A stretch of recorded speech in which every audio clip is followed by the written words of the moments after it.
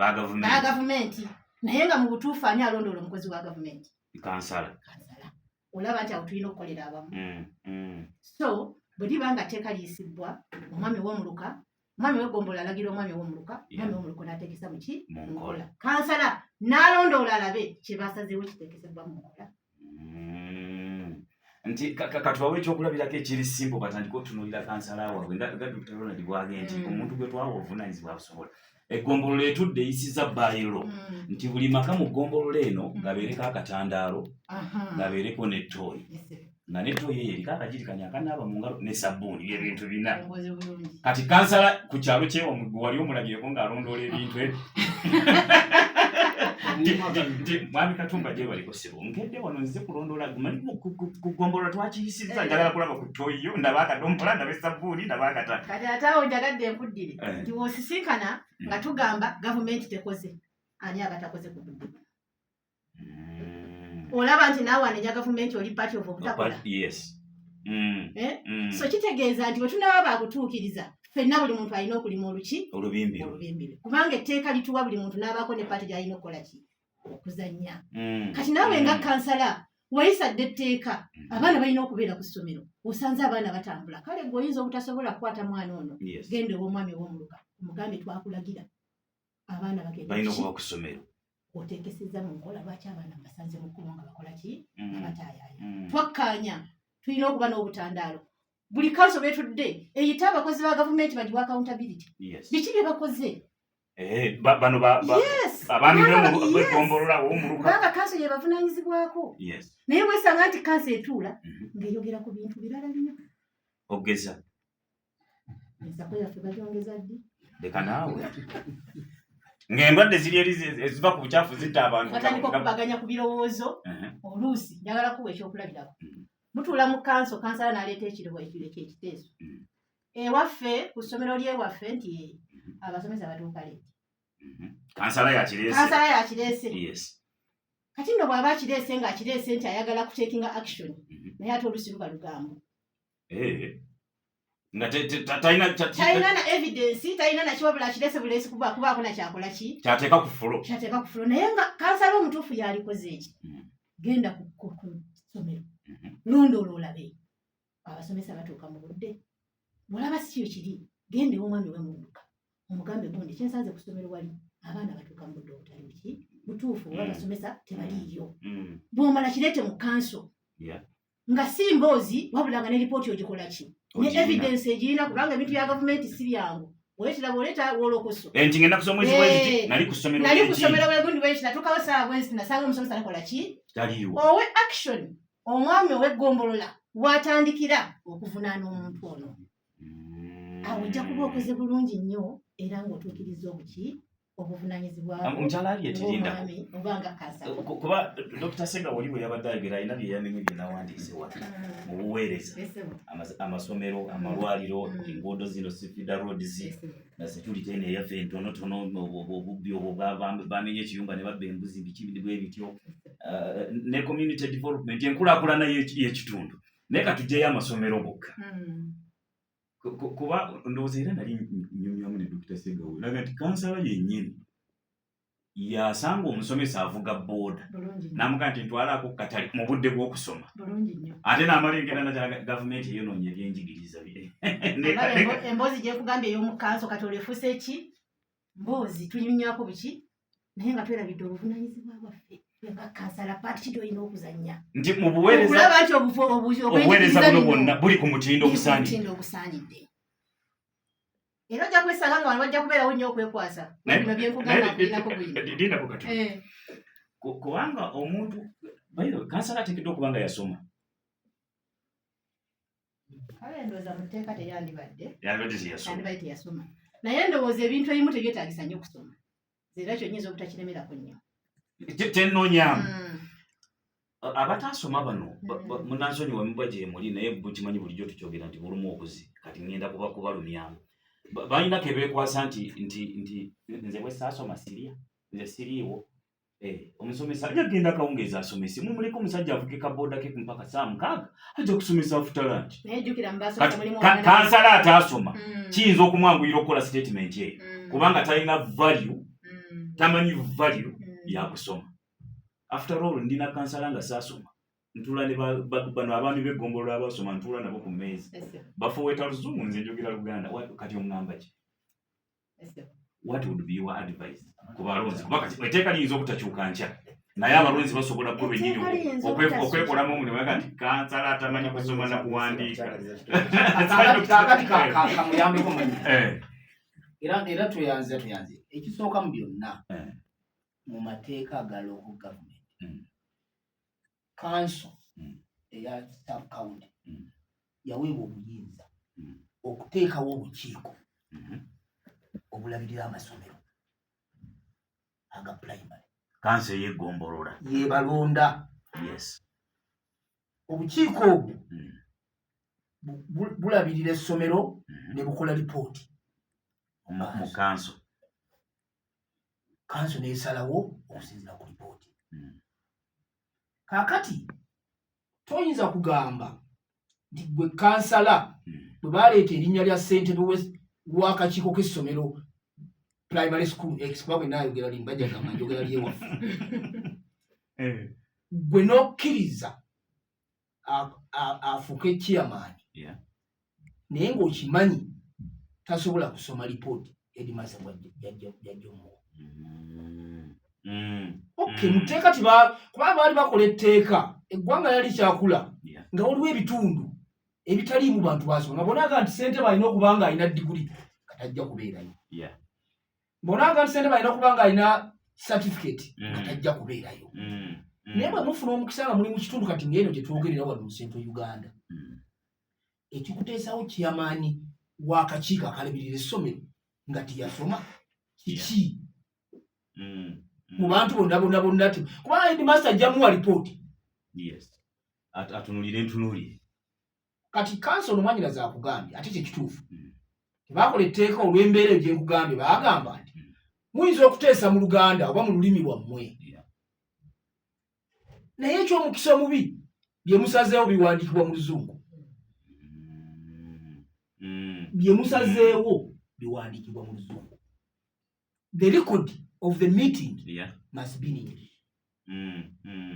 Kakati bwe bw'obanga walina omukisa okuteekayo omuntu eyasomako kati ate notamuteekayo ajja kuteesa mu Luganda naye banaakomyawo bye baateesa bajja kubimuvuunulira. Era kyangu nnyo okuvuunula ebikyamu. Okuvuunula okusinza ku yunivesiti yo yoyagala bawulirize. Kakati n'olwekyo kye mbadde njawulo okugumiza ku ekyo. Lino etteeka lyo lyalowooza gwe ssentebe n'abantu bo kanso yo muno yakakiiko akanalabira essomero muno yakakiiko akanalabira eddwaliro eri kuperesenta ferindoza nettuno bwelibanga likyaliwo.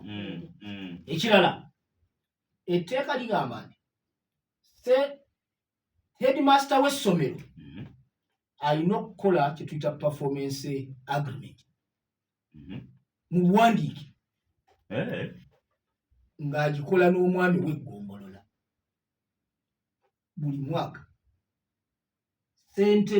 Headmaster alina okukola endagaano nti bino bye ngenda okukola okukuuma omutindo gw'ebyenjigiriza okusinziira nammwe. Ate omwami w'eggombolola n'abitwala mu kanso y'eggombolola n'abagamba nti essomero ly'egindi tukkanyiza ne headmaster nti alina kukola bino na bino na bino.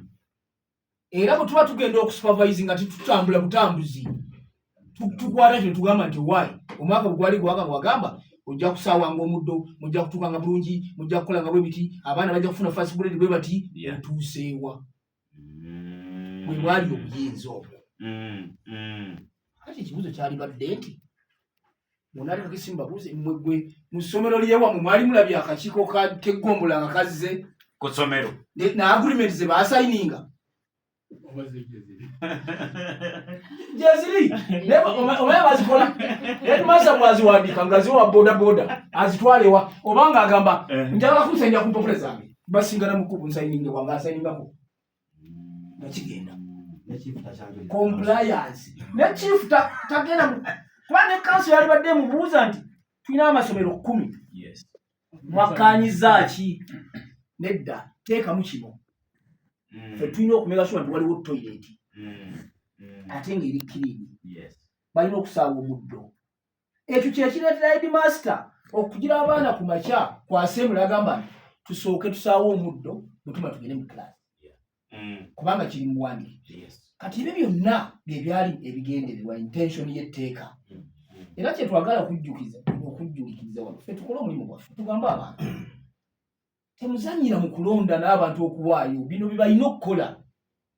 Kati wona asanga ng'abaana batuuka leeti tovunaana gavumenti eri waggulu kubanga ne headmaster owa primary talondebwa gavumenti eri waggulu, alondebwa gavumenti ya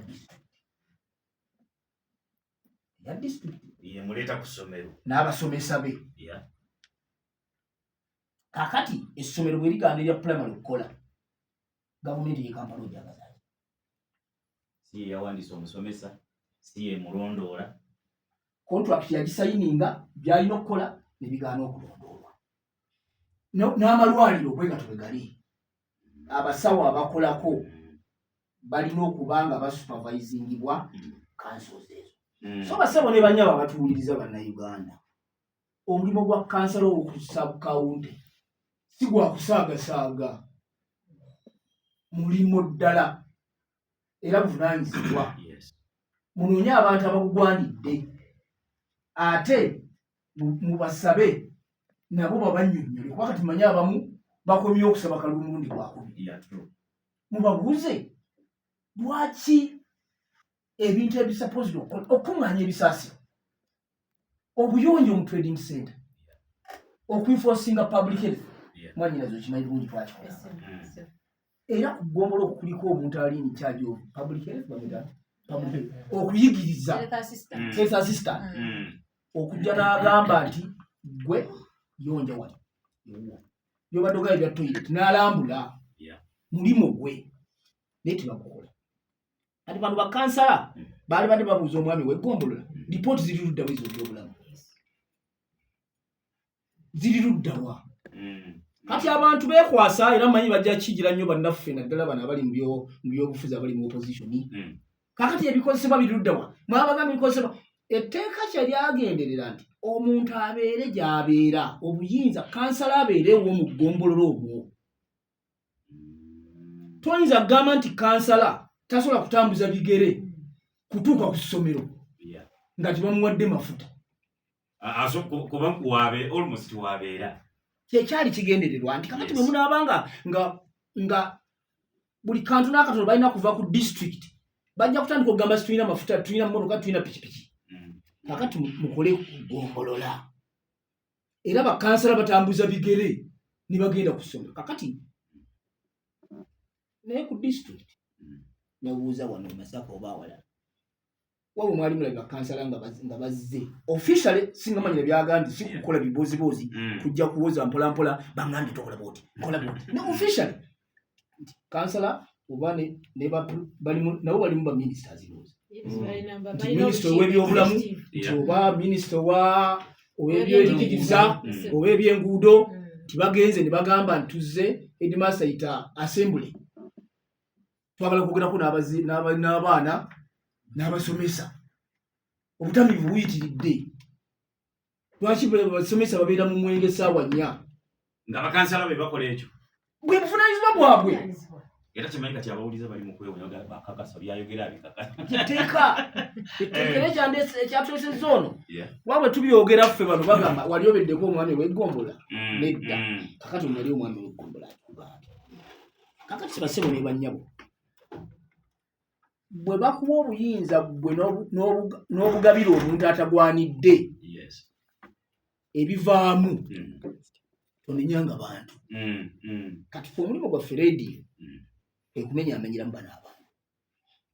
Oli wa ddembe okwesalirawo naye weesalirewo ng'omanyi nti olyenenya oba tojja kwenenya.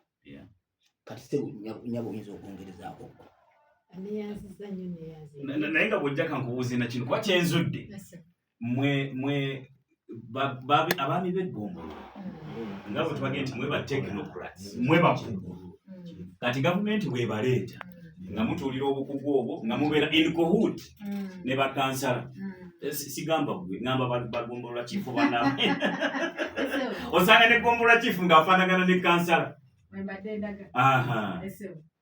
Kakati ekintu ekyo kibuzo kyolese kirungi. Nga tugenda okugamba bakansalazi oba ab'ebyobufuzi tebakoze bulungi.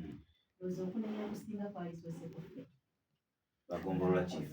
Abakozi ba gavumenti generali kakitwale bwenti.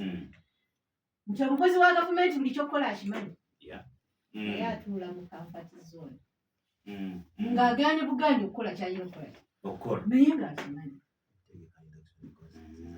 Lwaki bakansala bajja mu buyinza nga tebalina kye bakola kyebamanyi. Naye otutte obuvunaanyizibwa ng'omwami wegombolola okubawa amawulire oba oyagala kwesa butamanya bwabwe bw'oyisewo ebibyo. Gombolola chief yalina okubawa induction. Yes. Kugombolola. Yes. Naye ojja kwesanga nga kansa etandika neemalako ekiseera kya myaka 5 nga induction tekoleddwa nga bagamba tebalina ssente naye nga batuula mu kansa buli lunaku. Temusobola kusipeyalinga kansa emu nowa induction ekansala. Nti ffe abasookebwako wano okugombolola ffe tulina okusooka okuleeta enkyukakyuka mu ntambuza y'emirimu. Kyenzudde nti obuweereza bwonna bwe tulowooza nti is public service obuweereza bwa gavumenti obukwata direct ku muntu buva ku gombolola. Neyanziza. Tulina omwanya w'egombolola. Buli mu ngalo za kansala. Yes, tulina omwanya w'egombolola y'abakulira. Tulina ab'emiruka, bw'oba n'emiruka 5 abakozi 5. Tulina omukulu akulira ebyobulamu. Tulina CDO akwasaganya ku nsonga z'ebyenkulaakulana. Tulina omulimisa alina okuyambako okugenda wansi okuteekateeka abalimi okusobola okuviisamu mu bulimi bwabwe. Tulina omulimisa oluusi wabaawo pati n'omulundisa naye abeerawo. Abo nakugombolola gye bali. Bakozi bagombolola era basasulwa. Buli mwezi basasulwa. Ow'ebyennyanja ogenda musangayo nga naye yakola ki? Naye ng'abantu bano lwaki ngenda okuddira omwami w'egombolola yalina okubakozesa okusobola okuba nga badedikalinga. Era weebuuze nti nze ng'ow'egombolola abantu bano really are they accountable to me? Bwe batutudde mu staff meeting ezo zibaamu ki? Banga buli ofiisa nga tutudde buli mwezi yali baddandaga byagenda okukola. Enteekateeka ye tetugikubaganyako ebiki? Ebirowoozo. Era ng'omwezi guweddeko najja nampa lipooti nange kwensinzira okutwala mu executive. Biki bye tutambuzza. Naye weesanga nti ebintu bino nga bwe tubyogera essaawa eno ate bitambula bulala nnyo wansi eyo. Nti osanga omwami w'egombolola nga ne staff tagiyita. Meeting tezituula. Era nga ogendayo n'omubuuza ne lipooti z'abakozi baakozesa eza buli mwezi ng'asooka zinoonya. Naye ng'ate yasookebwako okusobola okuba nti ayamba obuweereza buno bukole ki? Butambule. So kati awo wenyizira ne ŋŋamba nti singa ffenna buli muntu atandika okulima olubimbi lwe ojja kwesanga nga blame games zikola ki? Ziweddewo. Naye oli alemererwa okukola olubimbi lwe ate n'anenya omulala. Kakati byonna bino bye twogera ndaba solution oba ekyokwanukula oba ekyokudda muba ansa eri mu mulonzi ono gwe tuli mu kwogera ni kuba kyekyali ekigendererwa kya pulogulaamu eno twagala okumuteekateeka tukyagenda okukola.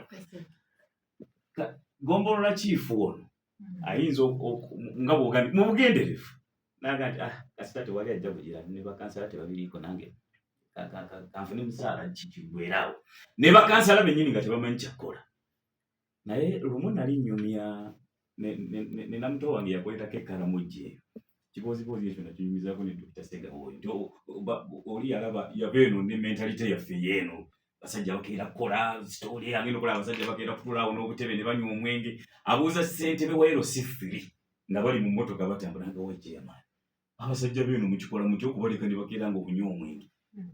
Oli mu kukinyumiza naye yali surprise nanga nti omusajja yanneewuunyisa nnyo kyeyamaani w'egombolola yaŋŋamba kati obadde oyagala omwenge gwaki bagukole ki gwaki omwenge gwaki what is alcohol for? It is for drinking. Nakati omulonzi ono gwe tulina okugamba nti tolonda muntu afaanana bw'atyo. Magezi kigwowa omulonzi okusobola okufuna obuweereza ku kyalo kumuluka kugombolola magezi ki ge wali wadde owo omulonzi gwe ng'abadde mu experience ye. Magezi ge nandiwadde omulonzi atunulira omuntu gwagenda okulunda. tugezezzaako muwa oba hint yes tumuwaddeko ku tips yes biki omuntu gwagenda okulonda yandibadde akola ki atuukiriza n'olwekyo bw'aba agenda okulonda omuntu ono ekisooka atunuulira obusobozi bwe yes obusobozi buyinza okuba si buli mu buyigirize naye omuntu ono asobola okuyimirira n'ayanja ebizibu byaffe gy'alaga kuba katyawe bitandikira enteekateeka yonna ey'eggombolola ebeera mu kanso omuntu ono anaasobola okuba eddoboozi lyaffe ng'ekyalo oba ng'omuluka asobola otwogerera omuntu ono yandibadde kyakulabirako mu kitundu maali katugenda gamba muntu kyomutwale gwosuubira okugjamu ebyenjawulo naye yennyini kizibu ku kitundu kino kivubuka kitamiivu kyekisula mu mabaala nti banoonya muvubuka anapikira abavubuka ate mwe gwe mulonze nga tansala so omuntu ono yandibadde kyakulabirako nti bye twogerako bino ye ng'omuntu ayinako bwe yeekozeemu omulimu n'ekirala kyenjagala ennyo abalonzi batunuulire obusobozi bw'omuntu ono bwe tusindika kubanga batusindikira abantu nga yalowooza ze kunaabako nnaku ye yes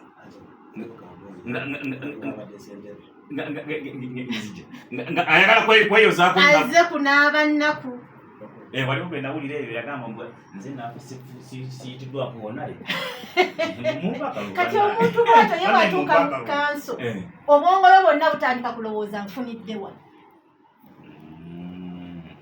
awo nawo nno waliwo ensonga azze ku interests ze yes tazze kuba kitegeeza nti omuntu mwamuleese naye ye tagenza kusaavinga mmwe wabula agenze kutuukiriza biki bigendererwa ye ng'omuki kati ate ekyo mwabalonzi mumwino kyekeneye mukirabe abantu babironda bye baba bamanyi so tuleme kutunuulira kkala tuleme kutunuulira myaka tutunuulira obusobozi bw'omuntu bwe tusindika oli ku radio budweyo omuntu wa bulijjo webale kubanga ogobera chairman Sikaakazindaala ku chairman Bahati omanyi ono naye yali chairman w'eggombolola y'ekyazanda obula kati assistant RDC naye bwa chairman bwamulemerako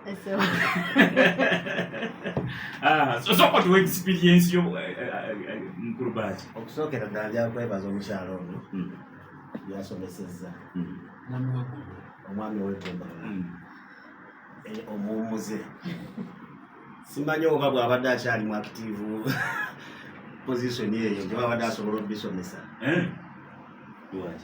kuba kati ku ssaawa eno byasomesa abaliyo mu ntebe batandise okwekubamu ebituli kubanga alinganga abalabisa kati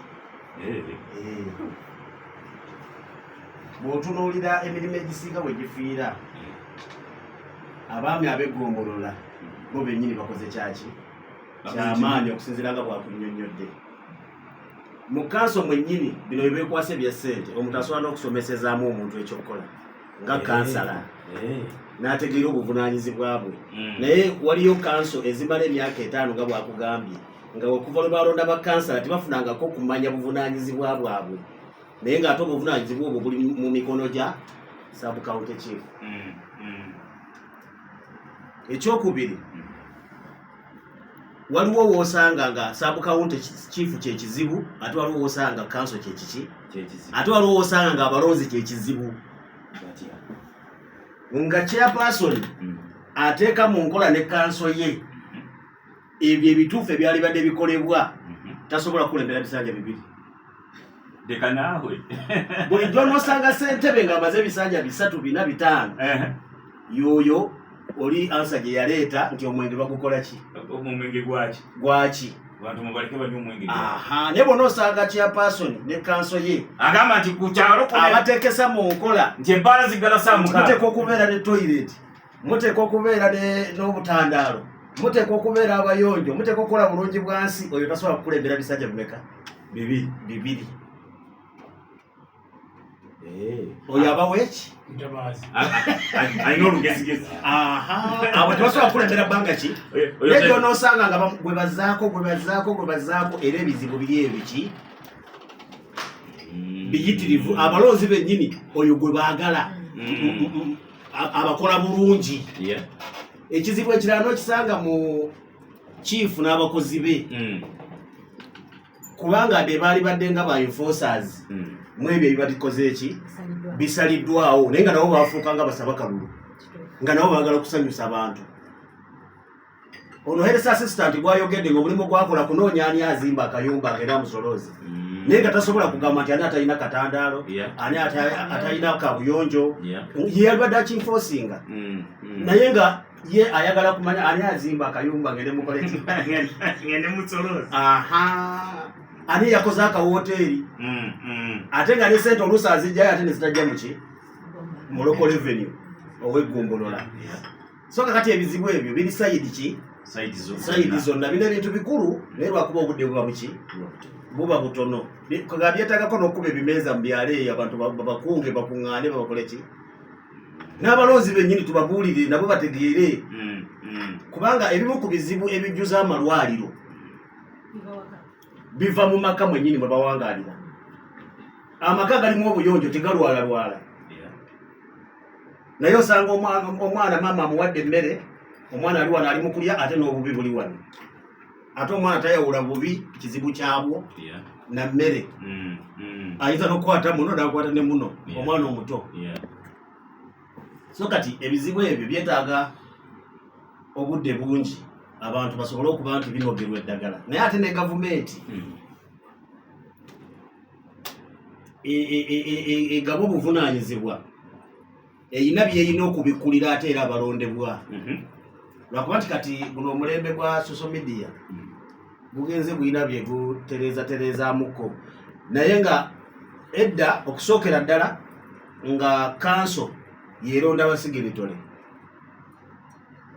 abisente zaki zeggombolola okuva ku akawunti kale ate teekaniddamu ne likyuka nga abakulembeze nga kakiya pasoni abeera eyes on hands off kati tategeera biri ku akawunti okujjako nga chief yamukoze eki yamutegeezezza sente zazze era zazze bweziti ate ne chief kikubuulira muteeka okuba nga naawe alaba nti osaza nga toli oli gwe baamala gakola ki gwe baamala galonda bw'amala okumanya obunafu bwo nga maama bw'agambye nti abamu baleka okubuulira abantu bali kubanga basobole okuyisaawo ebyabwe n'ategeera nti bwotyo bw'oli era tasobola kubuulira nti liizi yabadde ya ssente bweziti egenda okukola kino na kino era oyinza obutamanya abamu baali bazisuubuza n'ozisuubuza ssente za gavumenti zennyini. Omulamwa guno kosi tegusobola kuggwayo naye ng'ate gulimbota kubanga bwe tunaba bannabyabufuzi bano okwogera ebyobufuzi ng'ate tebiri premised ku bino bye twogera tebijja kuyamba. Ekintu ekya hands on and eyes on hands off bakikulembeza nnyo naye eyo principle eri mu constitution tekiri kugombola kwokka kitandikira ku central government. Minister takwata ku ssente permanent secretary ne ttiimu ye bebakwata ku ssente tebazimanijinga naye ate minister yagenda mu parliament okusaba ssente era etteeka bwe liba liita lituyita appropriation ssente baza appropriatinga wa minister yasoma ministerial policy statement n'ateekao byagenda okukola. Kakati ekiriwo nti minisita alina okuba nga eriiso jogi buli kikolebwa kiri mu kululira olupapula lweyawandiika ministerial policy statement. Eryo ye principle ejja neetwa mu district waliwo kanso ne kaawo n'abantu be era kanso yeeyisa budget kati budget olwamala ogiyisa ne bagikwasa agenda ogimplementinga balina okufolowinga biki bye baayisa nekituuka nekusaba kawunti. Kakati abantu bagezaako nnyo okulooza nti bw'obanga sigwa okutesene nga sigwa ina ekizibu kya safe tosobola kulondoola byezigenda ku ati eyo ekyo kirala baagala ekizibu kya safe kola birala naye nga kubanga nze policy statement work plan kakati gwe kaawo oba gwe oweggombolo sente bwezijja olina okujja n'ozanjula situkusaba tukulagira and that is the law. twafunye ssente bweziti tugenda kukola bwe tuti ne tugamba tuddeyo ku budget yaffe work plan twagamba ki bino bye tulina okukola bw'abagamba nabimaze tugende tubirabe that is it wakati singa ate gwe ssentebe gw'olina ekisumuluzo ate gw'olina okugenda okulambula ebyakoleddwa kati ye principal agamba nti ssente muziwe kawo muziwe chief ne technical be mumukwate work plan gyemuyisiza kasita amalo zikozesa mugende bakoze oluguudo ekigoma kiri luddawa bazibye kanakubo bakalongoza bagize kiri luddawa tukirabe tujja tuvuga nti okki ssente zakoze bulungi kole ssente endala so ekyo ekya separation kyakolebwa ate mu butuufu wajjukira twatandise nti bwe baba balonda mu bitundu ebimu balonda chairman nga tiyasoma kuba ayinza okuba nga taliiyo yasoma nga taliiyo katonze mukwasa ku managing assent that was the principle bagana tuteekeko bano abakugu abawandiikibwa mu gavumenti nga bataddeyo empapula nga babagambye olina okuba nga olina kino ng'olina okuba nga olina kino bo bamanaginga ebya ssente kakati bano abamanaginga ebyobufuzi ne kanso naki bwe muba nga musobola okufuna abaasoma mubafune ku sabukawunti naye bwe mbati nga bababuze still era bajja kukola ki bajja kubeerawo naye tetujja kubakwasa buvunaanyizibwa bwakuwani kuba ssente zijja kulondoolwa nsembyayo kano kuba program ejja kuggwa ne mwanyinaza ejja kusembyayo abawuliriza era mmanyi bajja kukuba amasimu oba ne social media ya radio bajja giteekako abantu babadde nnyo mu facilitation mwanyinaza kyalidde kituufu gavumenti ennatuuka kirungi kuba nti eyina ssente mpitirivuzeewa okutambuza emirimu naye bwe kibanga kyekyo gwe sooka weebuuze sabukawunti weetudde we bakolera emirimu genda obuuza abalimi baawo bafarmers basembadde okulaba extension wako baatambuza bigere awo mu neighborhood kyekimuganda okugendayo facilitation omulimisa kyekimuganda okugendayo owavet kyekimuganda okugendayo ono gwayogeddeko public health kyekimuganda okuga nti kati wanaisikale sente tezizze naye abatwetoolodde wano bo buli kimu bakikoze toilet bazirina obutanda babulina weere bali bulungi kubanga mu busobozi baffe obutono tutambuza ebigere ne tugendawo wa kakati omuntu atasobodde wafeyo mukyalo nga tukula yaliyo omusajja nga bamuyita nyango oburofa kitegeeza saagala bukyafu era bamulengera bakikola ng'ate avuga kagaali kakati omuntu atasobola kuwabula abalunzi n'abalimi abeetoolodde lwaki olowooza nti bw'anaafuna ssente anaagenda abali ewala abayambe nga tasobola kuyamba bana bali okumpi n'ennimiro waliwo n'eggombolola gye nnagendako kuba balina ettaka eggombolola ezisinga zirina ettaka era nabo balimako n'okulunda balunda kitanga nga ensolo gye balundira ku ggombolola nokani kati onagamba talina ssente zigenda naye ate eno egyalaba wano waliwo ne programu eyabawa emmwanyi batukola ennimiro z'emmwanyi noga naye kati omusiri gw'emmwanyi guno oguli ku ggombolola nga balina omulimisa nga gufaanana bwe guti kakati ddala ekizibu ssente oba sabalinaga nti fitina n'ekizibu simanyi bwekira ng'okeera n'obeeraawo notasobola kukola kintu kituufu ekiri ku ggombolola kwennyini ekizibu kiba ssente kiddayo kwoli kyayogedde kyeyamani bahati nti oluusi abantu abafuna emirimu both abalonde n'abatali balonde bamala emirimu ne bagyepena oba ne basalawo obutagikola kati kyenyagala ngaokumbye n'ekyo kuba bana abadiscasi nga balibetinga baddukira nnyo gye bamanyi nti ekyangu nnyo okugamba omuntu kati tunaakola tutya nga tulina ssente tunaakola tutya nga tulina buli kimu ebikozesebwa tetulina musooke mukole ebyo musabozi okukola nga timulina ssente bitemagane kakati mukole keesi nti situsobodde kweyongerayo tukomye wano kilomita 2 okuva ku ggombolola ebyalo ebisembedde tusobodde bikola ki kubituukako neyanze toyanziza oli ku radio obudde oyo omuntu wa bulijjo mukyala Harriet nga tuwumbawumba sigenda kwawukana nnyo Nankulussega wabyayogedeko mpozi okwongera okukkaatiriza nti ffenna ng'abakwatibwako ntandikira ku bakozi ba gavumenti ekisooka twagala emirimu gyaffe kubanga wakisibuka tumala okwagala emirimu gyaffe twagala ensi yaffe. Ebiseera ebisinga nze nnyina enjogera egamba nti ekyukakyuka yabitandise naawe totunuulira nnyo gundi lwaki takoze. RDC alina ekigambo kyagambye nti nyinza okuba ndi wano njogera naye ng'oluusi bye mbadde nkola ate byekola ki byawukana. Gavumenti ngisaavingidde emyaka 2 naye neekakasa nkoze kye nnina okukola era nagenza okuwummula nga nkakasa nti obuweereza bwe mbadde nnina okusobola okutuusa ku bantu nkoze ki obutuusize.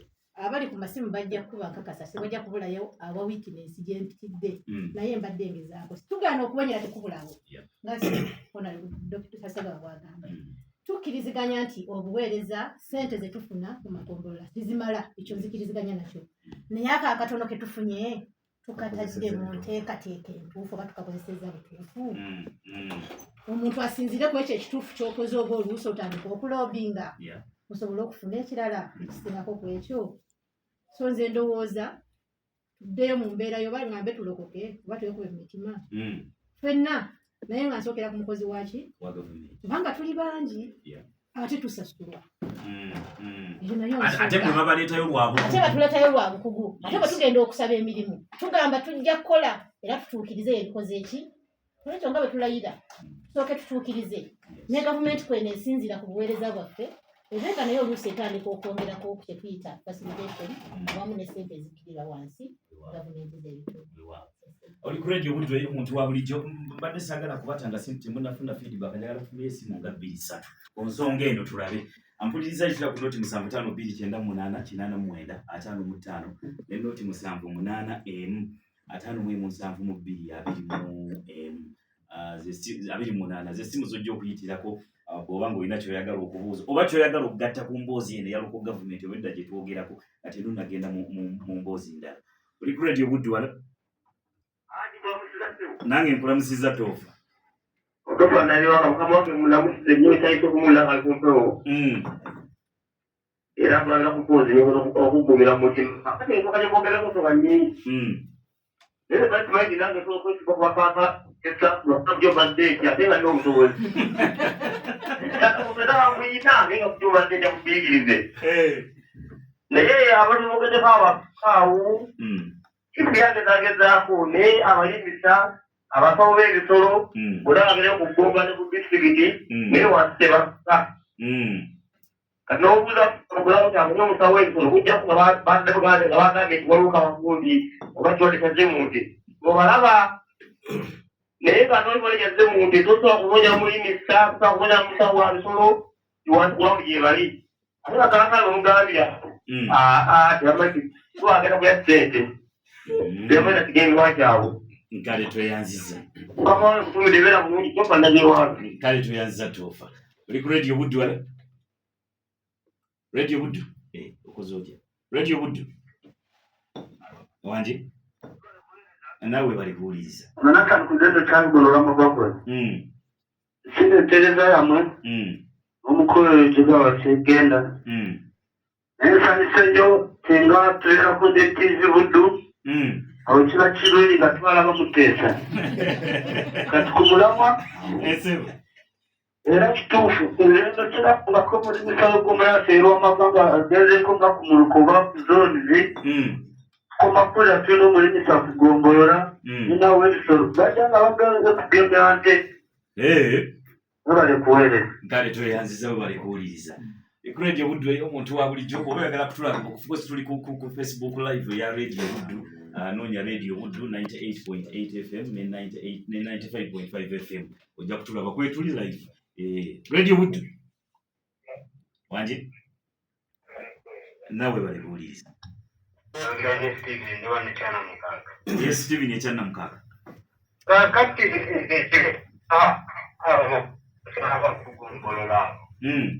olaba tewali kiba kikoledde nakyo omuntu n'obeera awo n'ensonga zonna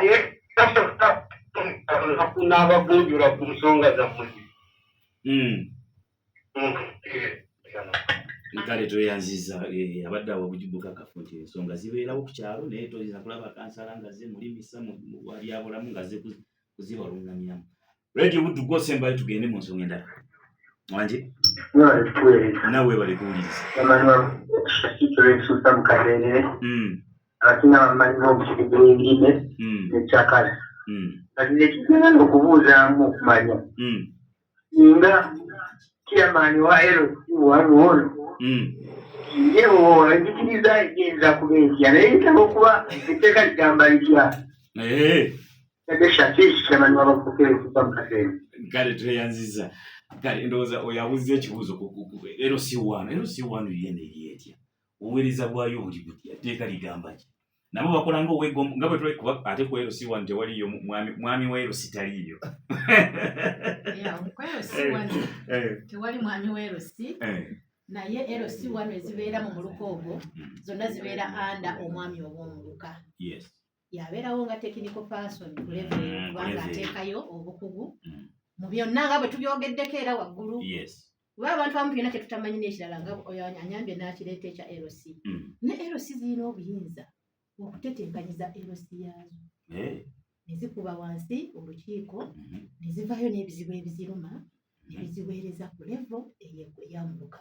Kati ate eby'omuluka ne butuula ne butetenkanya ne bulaba ebizibu eby'omuluka byebigenda mu kanso y'eggombolola okukolebwako mu mwaka ogubaguddako eba bisobose okusinziira ku busobozi bw'essente oba bukola ki buli. So ne level ya LC weeri naye yeringa administrative unit. Naye nga LC nayo nga yo nga chairperson ayina nayo enkizo nnene kumpi alinga chairman wa LC kuba naye ayina by'alina okutuukiriza mu buvunaanyizibwa bwe nga chairperson wa LC. Kale tweyanziza mpuliriza emboozi yaffe eyo tujja kugyongerako okuba emboozi eno bagamba teggwa malojja eba ekyanyuma nnyo kuba ebyokugyogerako biba bingi. Dakiika ziri 13 ze zaakaita kusaba mukaaga ogw'emisana tugendagenda mu kinani kyankibize ku mulamwa gwaffe nabagambye ttiimu yange yonna yateredde dda Dr. Segawa ne mukyala Harriet mukkirize bo tubakomye wano kuba nabadde mbaagalamu ekyo tetufunye ate kanzi tumale kuvaako mu bulango wano katono nnyo ate tujje tovaawo.